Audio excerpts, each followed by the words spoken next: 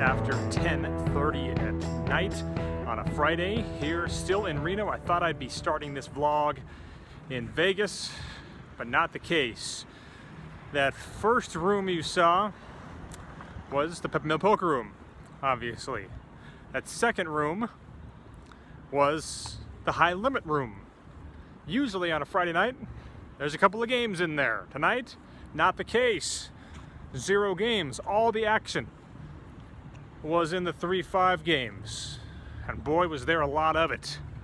I got into one of the more ridiculous hands I've played in quite some time. If you follow me on Instagram, perhaps you've already seen evidence of it. I'll mention that coming up shortly. So what ended up happening is there was a $10 straddle on in the low jack. Well-known pro puts on that 10, and I'm under the gun with pocket kings. So I decided to make it 40. The low jack in the straddle doesn't think too long about it and folds. Somewhat to my surprise, the hijack actually makes the call. Folds around to the blinds, and the small blind action player makes the call for 40. Definitely not a surprise. And then the surprise came in. The big blind, a local pro, decides to raise to 250, I believe.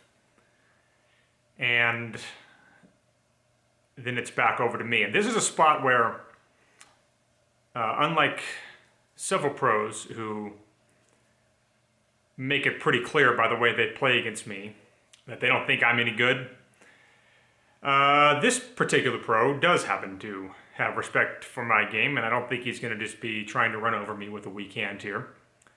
He's also not the kind of guy who's just going to be liberally calling a re-raise with pocket 10s or pocket jacks. Hardly ever, I don't think. So where does that leave me?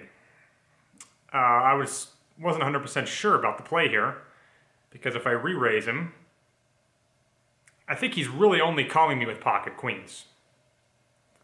So, rather than pigeonhole myself in that scenario, I decide to just call. I'm also thinking this will give the other two players in the hand a chance to come in. I figure at least one of them will. And I had a pretty good idea which one. I ended up being right. So the hijack folds after cold calling the 40, and the small blind thinks about it for a second, and as I suspected he would, he makes the call. So we're 3 ways to a flop. Small blind, big blind, under the gun. And I have pocket kings. And the flop comes king 10-4 with 2 clubs. So I flop top set. The small blind, obviously first to act, has, I believe, about 700 left in his stack. And given the fact there's already about 800 in the pot, he decides to shove it all in. Not a shock at all there. The first hand that actually jumped out to me that I thought he was going to have there was Queen Jack. I thought that was just seemed the most likely upon first thought. But that aside, action's been on the original razor pre-flop. And the most likely hand that he has here is pocket aces, I think. Pocket aces and ace king once he starts thinking about it. He thinks about it for a second, not too long, and says, I'm all in too. Raise all in. And now he's been crushing the game on the day. He's up several thousand already, and he has me covered. I've been getting beat down on the day, and I'm down almost 1,000. I have only 1,100 left in my stack. So obviously I pretty much beat him into the pot. After he says all in, I say, I'm all in too. All in.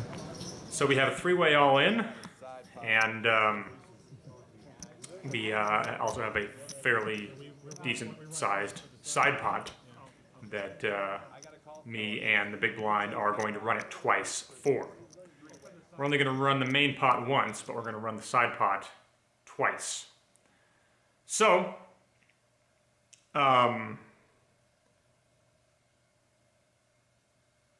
the main board runs out where a club hits on the turn, I believe, And I have most of this on video, so we'll have to defer back to that. But a 10 hits the river to give me kings full. And the small blind shows 7-8 of clubs. So he does make his flush after shoving all in, but I make the full house. Second board, I turn a king to make quad kings. And the river was obviously inconsequential. So I end up taking down a massive pot there, one of the biggest pots I've ever won, at $3,700. Take a look at it right here on your screen. Pretty good stuff there. The big blind showed the ace of clubs. That was the only card that he showed. He went on later to tell me that he did indeed have pocket aces. So a very fortunate flop for me nonetheless.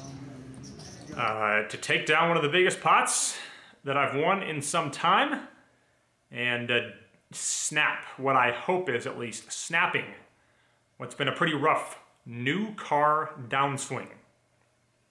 And hopefully we'll get this Vegas trip started off on the right foot.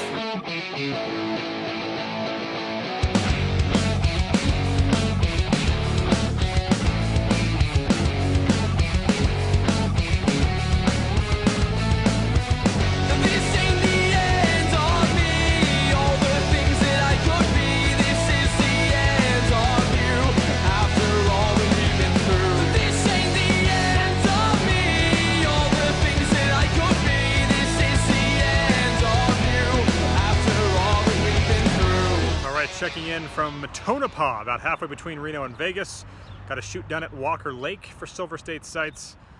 Got to go to Beatty, shoot a story there, and then into Vegas for a meetup game trip and some other cash game grinding.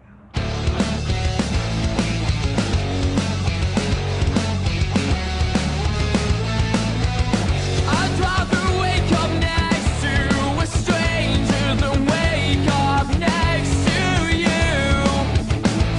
It's your weekly routine that bothers me. Before you hurt yourself, just leave. This ain't the end of me. Alright, it is a Sunday night, and I just got into Vegas. I stopped in at the Venetian, and the game was absolutely brutal.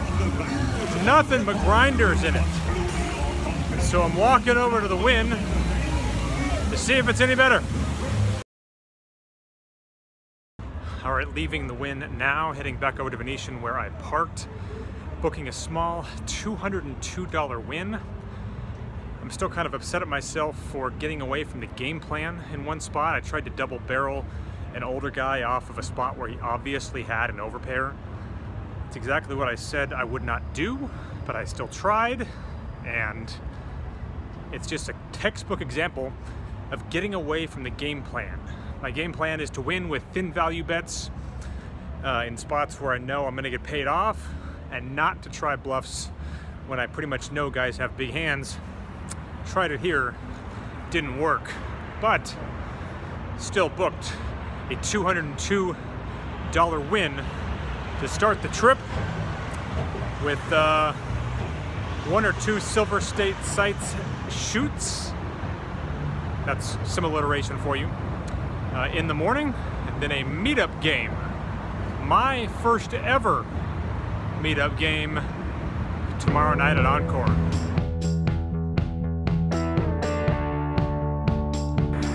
I've heard about this place on a number of podcasts.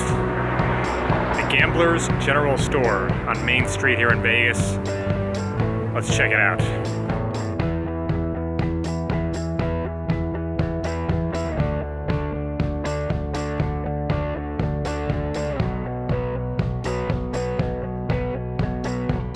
If you want an actual poker table from the Riviera, you can get one for $1,000.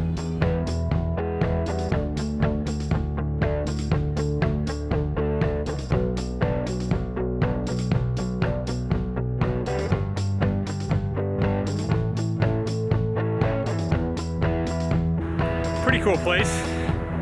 Nothing I really need. I was curious about their actual vintage casino chips, and And oddly, the one from the Las Vegas Hilton, a $1 chip from the LVH, costs 25 bucks. Pretty bizarre. Not sure why that one's the hardest to find. Thought about buying the Riviera, never got around to getting that one, but I wanted $7.77 for a $1 chip, but I just could not justify that expense.